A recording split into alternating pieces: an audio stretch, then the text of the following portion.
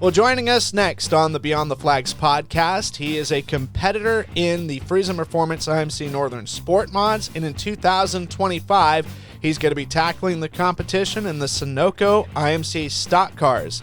From Gilbert, Arizona, Nic Savaglio, to tell us about his story from growing up in Wisconsin to moving to the American Southwest to the Grand Canyon state of Arizona and how that got started, as well as his Outlaw 2024 schedule and what's in the works for 2025. That's coming up next. But before we get to the interview, make sure wherever you're listening or watching from, you hit the like button and subscribe so that you don't miss out on future episodes. Well, he's on board with the Beyond the Flags podcast as our newest guest from Gilbert, Arizona. It is Nic Savaglio. Nic, great to have you here. December is upon us. Well, December's actually almost over. What am I talking about? Christmas is almost upon us. That means New Year's is almost here. That means it's IMCA TV Winter Nationals time at Central Arizona Raceway. And great to have you. It seems like when things are slowing down, things are just about to pick up and get really fast really soon. Yeah, that's an understatement. One of the I guess blessings and curses of living in Arizona is, you can race almost all year round, and that sword cuts on both edges. And so, as much as you think you got an off season, it ends pretty quick.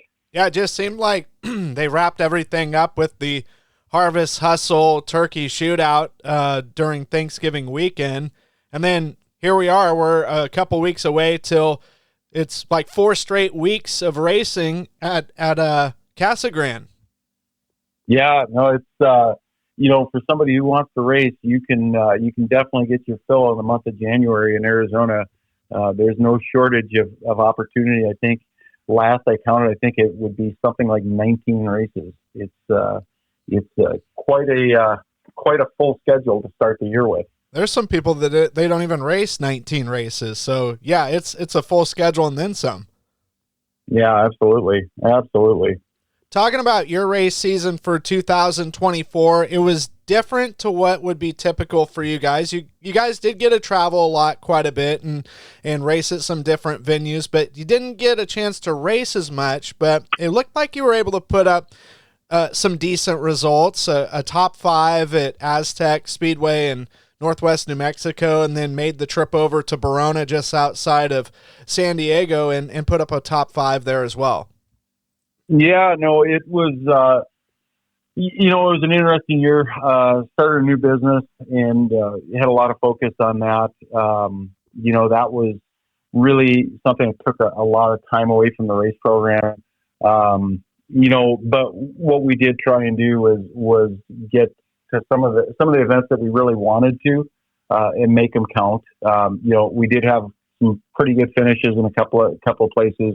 And we tried some different things. We were trying some different setup stuff. In a way, when you're not running for points, you're not trying to, get a track championship or a state championship. You can kind of take a little bit of pressure off and try some different things. It's an interesting way of thinking when you go there and you say, hey, I'm going to try it, and I don't care if it works or not, but I'm going to learn something. And that's kind of how we looked at it this past year. No doubt. And it's a unique thing to not have that enormous pressure to perform. I mean, you always want to perform as best you can whenever you get an opportunity. But like you said, you have the pressure, not the pressure, I should say, to go out and experiment with something, and you never know. You can stumble on something that's just revolutionary for your race program.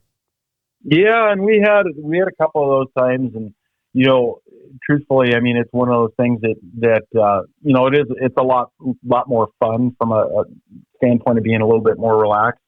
We found a couple of things, and unfortunately, we found out what works one place in one situation just was completely in left field somewhere else. But I mean, again, it's things that you can put in the knowledge bank and things that you can use in the future. And I think we found a few little tricks that we put up our sleeve. Again, it was a huge contrast from 23 when we ran about 50 races. you almost have another full-time job, and you're looking at it every week as trying to stay consistent, trying to make sure you don't tear up the car too much, so that you can put it together to go racing somewhere else. And, it may have been, 2-3 states away, so you're trying to make sure that you keep everything in perspective. But when you race, once or twice a month, I think we still ended up with 12 or 15 races for the year. You just kind of relax and you have a good time at the track. And it was, it was a fun year for sure. Well, anytime you can travel, it can be an enjoyable experience. It also can be a bit of a hellish nightmare at the same time, too, of the coin if things don't go right. But it's so cool that you and a lot of your friends in Arizona, they have that opportunity, because about Memorial Day till a little after Labor Day, you've got a window of a couple months for the quote-unquote summer break due to the heat down there, and everybody kind of just goes in all sorts of different directions. I mean, Sholo has Deuce of Clubs Thunder Raceway has given people a summer option. I will say that, but typically before that, guys would go take up a residency in the Midwest for a couple months, or go to the Pacific Northwest, or hit California, and kind of just scatter about. Yeah, no, and it's neat that we have, I mean, you change your perspective a little bit on what's too far to race. When you have options that are within 5 or 6 hours, I mean, they become, fairly reasonable.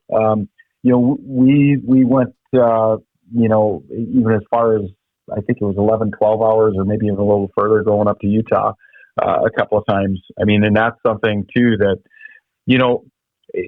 just trying all these different tracks and seeing what's out there. It's really kind of a neat experience. And you're right.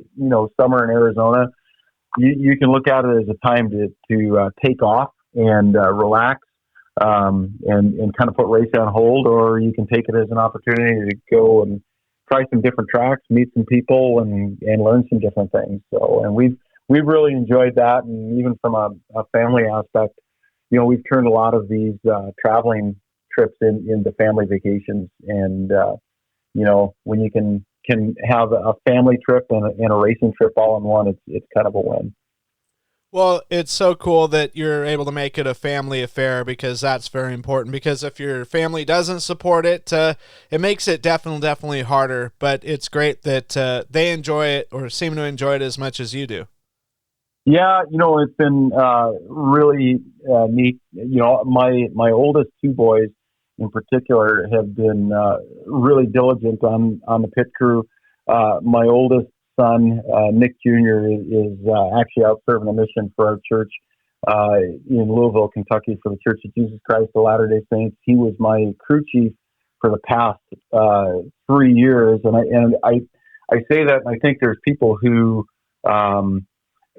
they think that's just kind of a cute nickname that I give him, but it's something he earned. And truthfully, I've been racing at this point, over 25 years, in a lot of different cars.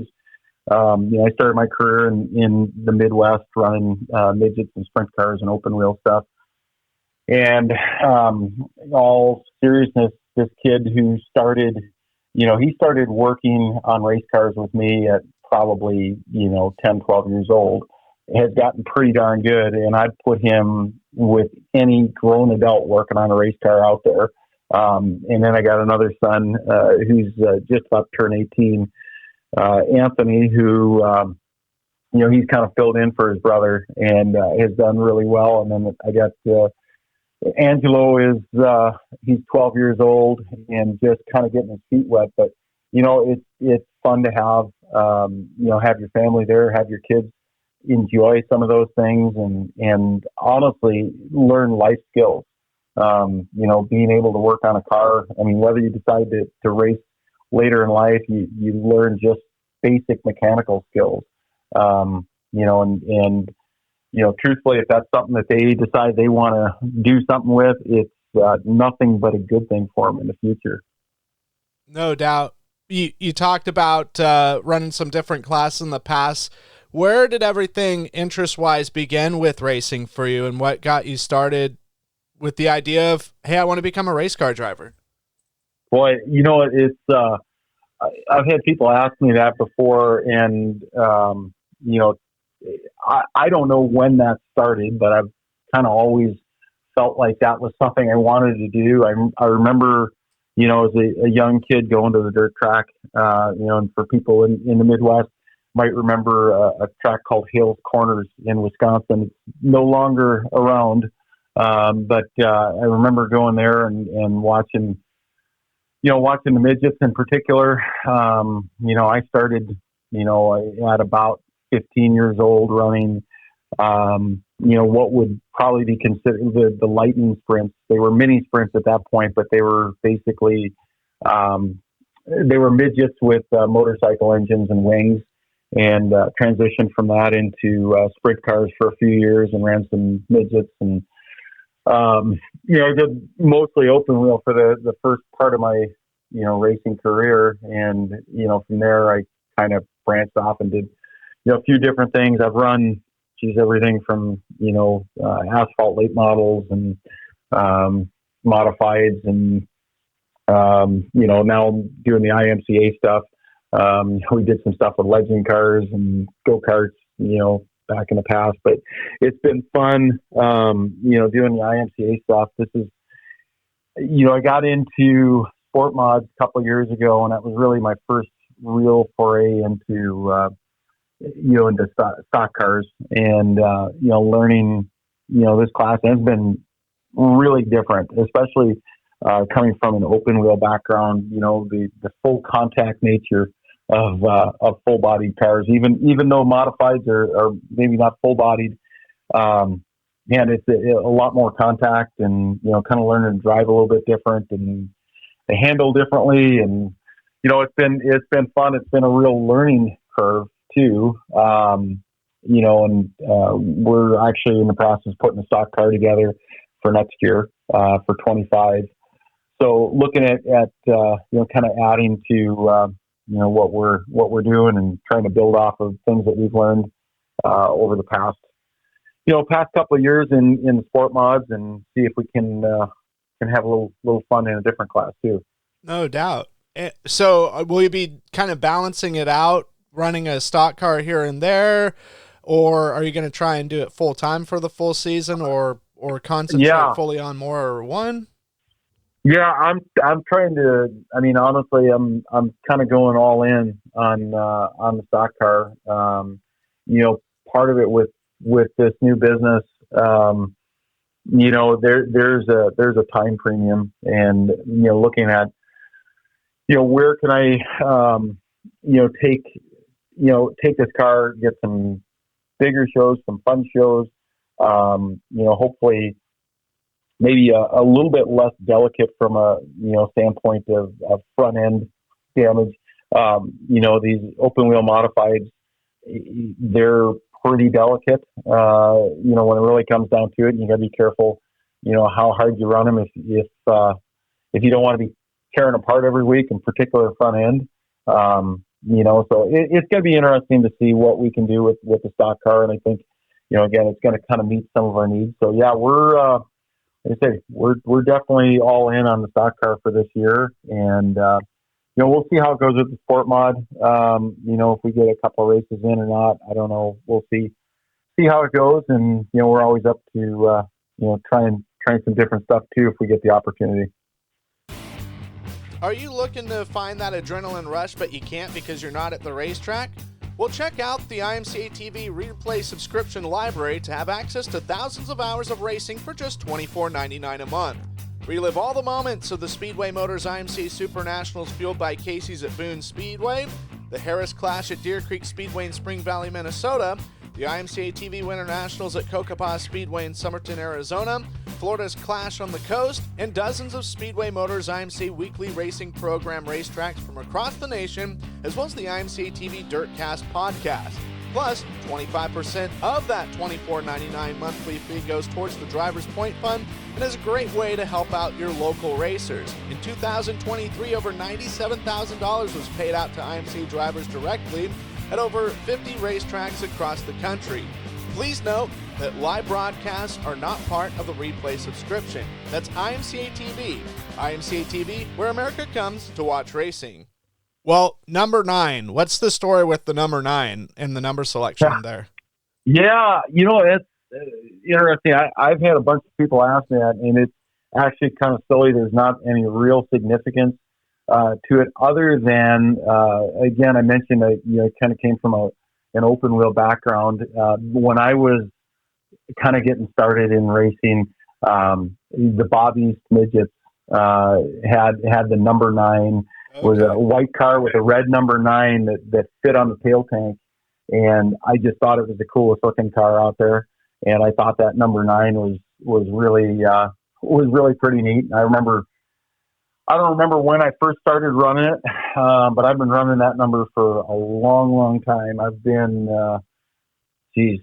probably as long as I can remember. I know I had a couple other numbers at one point. I think it was number 3 and number 4 at one point, but I've had 9 for such a long time. But it dates back to, like I say, the Bob East midgets and that white car with a red number 9.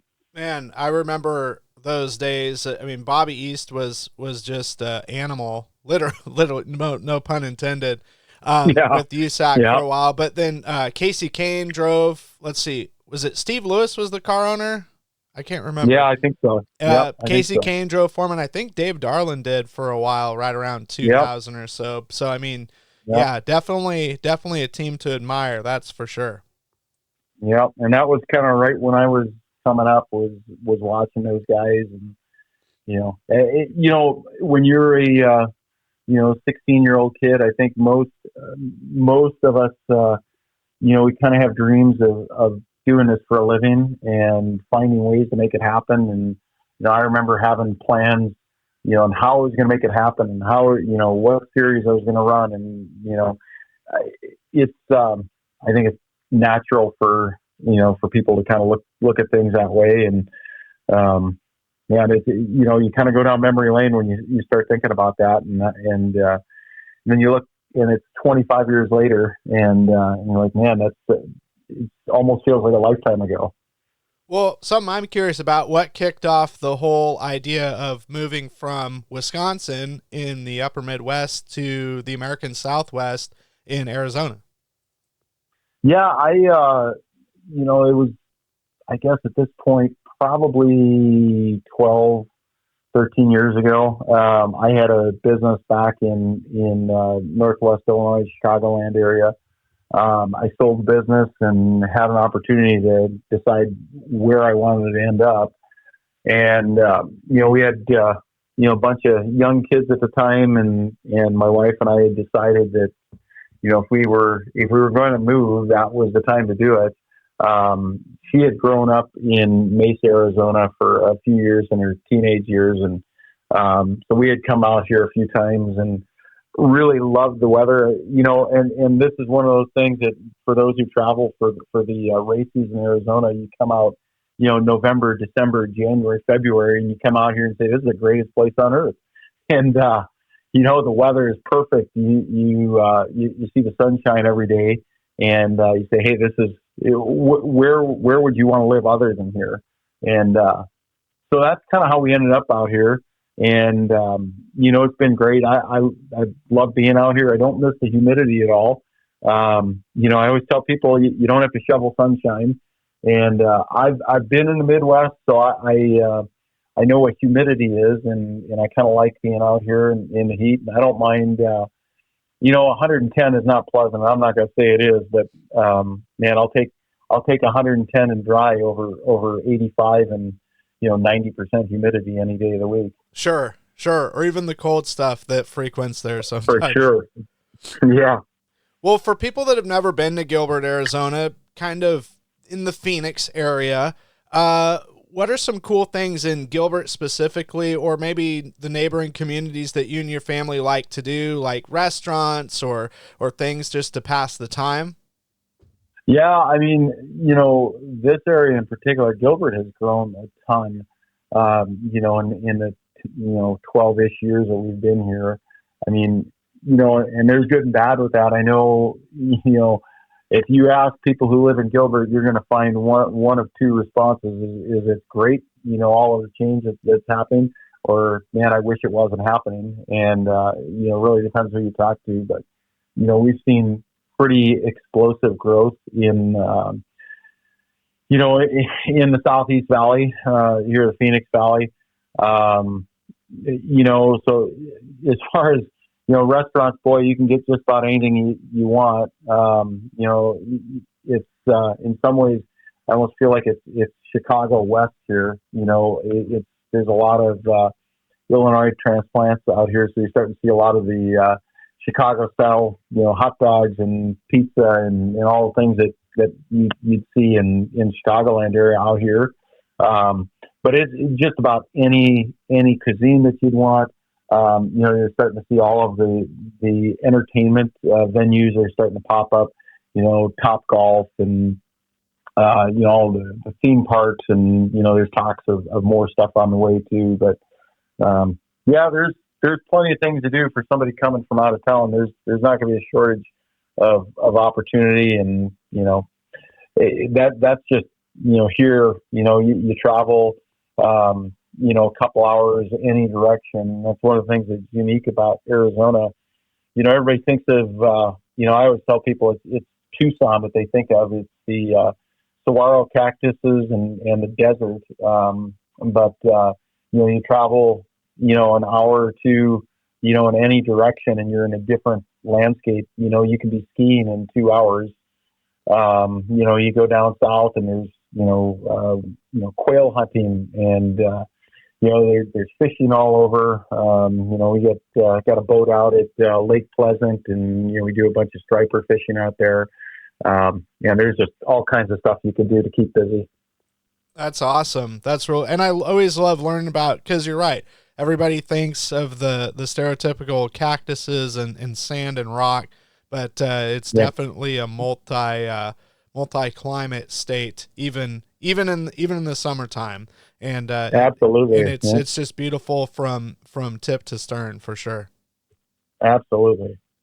Well, for people that want to follow along this upcoming 2025 season, is there a good website or a social media page that has upcoming races, or maybe if they want to support you with an apparel run that you guys currently have going? Yeah, Nic Savaglio Racing is where we're primarily putting our updates. We're doing Facebook and Instagram. Our primary sponsor, Flow Pro Plumbing and Drain, a lot of times is having updates for our race schedule and our season. They're going to be on board and really driving the ship this year. Trying to get as much opportunity as possible. So like I say, with the new jump into stock cars, I think we're going to see some exciting stuff, and hopefully we're going to get some of those T-shirts and sweatshirts. We're also we're sponsoring the New Year's Day Enduro, the Bad Decisions 125 out at Central Arizona Speedway. Rips Performance and Drive Shaft put that together and asked us to be a part of that. So we're really excited to do that and, extend that season even a little bit more. It's not necessarily IMCA. It's not the cars that we all probably, watch year round, but I'm kind of excited to see it. It sounds like we may be somewhere 50 to 75 cars on that track New Year's Day. It's going to be quite a show. That's super cool. And that's something we failed to mention is the track itself, Central Arizona Raceway. This time last year, it was not walled. It had a steep embankment and could be definitely a treacherous balancing act. If you went over the top, it might not be a good story, but if you could rip the top just right, it could go good for you. However, with the new wall, you've had a chance to race and compete on it. It seems like, and at least the take I get from several drivers that I've talked to, it's a completely different racetrack. Everything that they had notes on previously, you just kind of like put that on in an archive, or don't throw them away. But yeah, it's a whole new animal. 100%. It's it races a lot smaller now. I'll tell you. I mean, I think long term it's going to be good.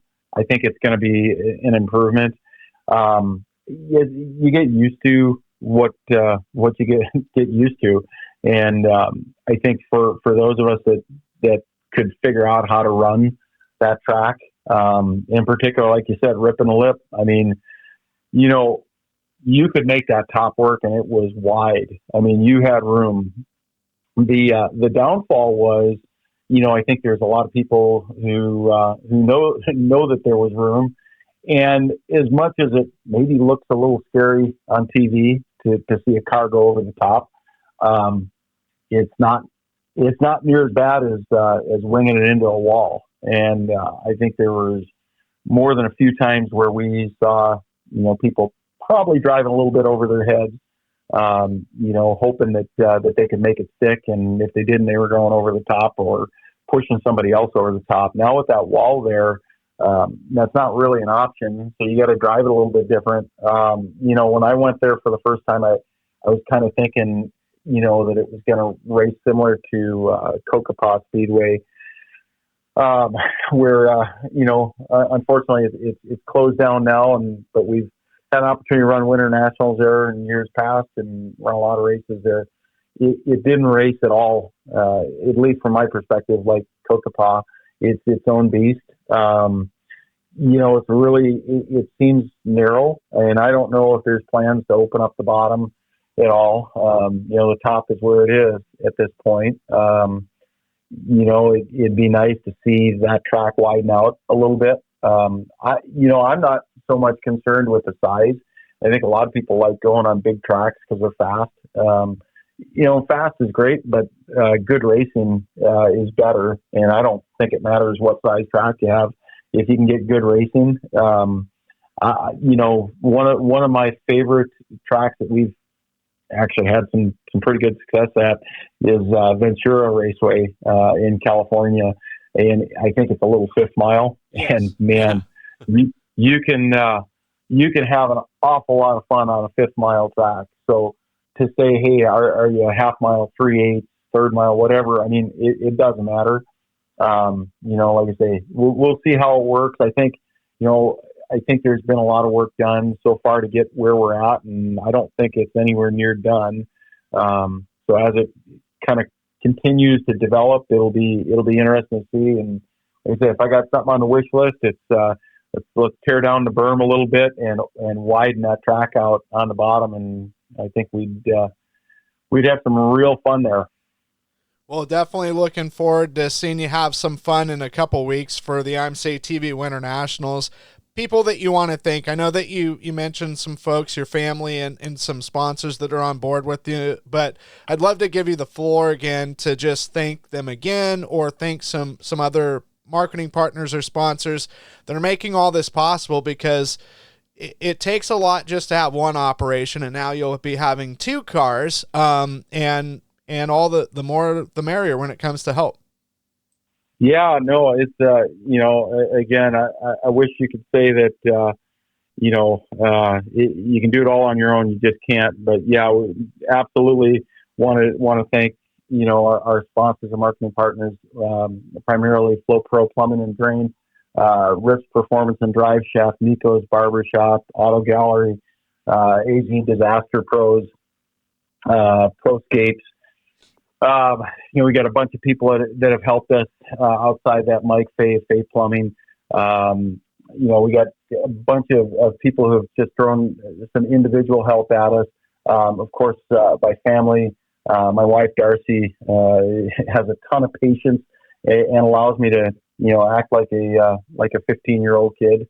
as a grown man and go out there and have fun playing in the dirt. And I got 6 kids: Nick Jr., Anthony, Gianna, Angelo, Luca, and Genevieve. And I mentioned some of those older boys help out at the track. All the people that give us those opportunities and help us and support us, cheer for us. Fans and stands, tracks and promoters. It's all part of it, and there is nobody that can do this on their own. I wish people understood that a little bit more, how hard it is to do this, but it really it's something that takes a lot of effort on everyone's part, and you really got to want to do it, and it pays off at the end when you're having a good time and you have memories that honestly you'll talk about for years to come and probably a lifetime. Well, I appreciate you taking the time to tell us about your racing career as well as the exciting plans that are going to be unfolding here in just a few short weeks in 2025. Nick, I hope you and the family have a Merry, Merry Christmas as well as a Happy New Year, and we'll be running into each other real soon. Absolutely. Looking forward to it. Thanks so much. Have a great day. Well, race fans, that does it for this interview. We hope you enjoyed it. And we hope that you continue to enjoy these upcoming interviews. We appreciate it if you would like and subscribe wherever you're listening, whether it's on Spotify, iTunes, YouTube, wherever it's at. Give us a like and give us a subscription so that we can deliver more of these great interviews to you for your listening pleasure. In the meantime, wherever we're at, wherever you're listening, we hope you have a great rest of your day and a pleasant evening, and we will see you soon here at Highside Racing Promotions.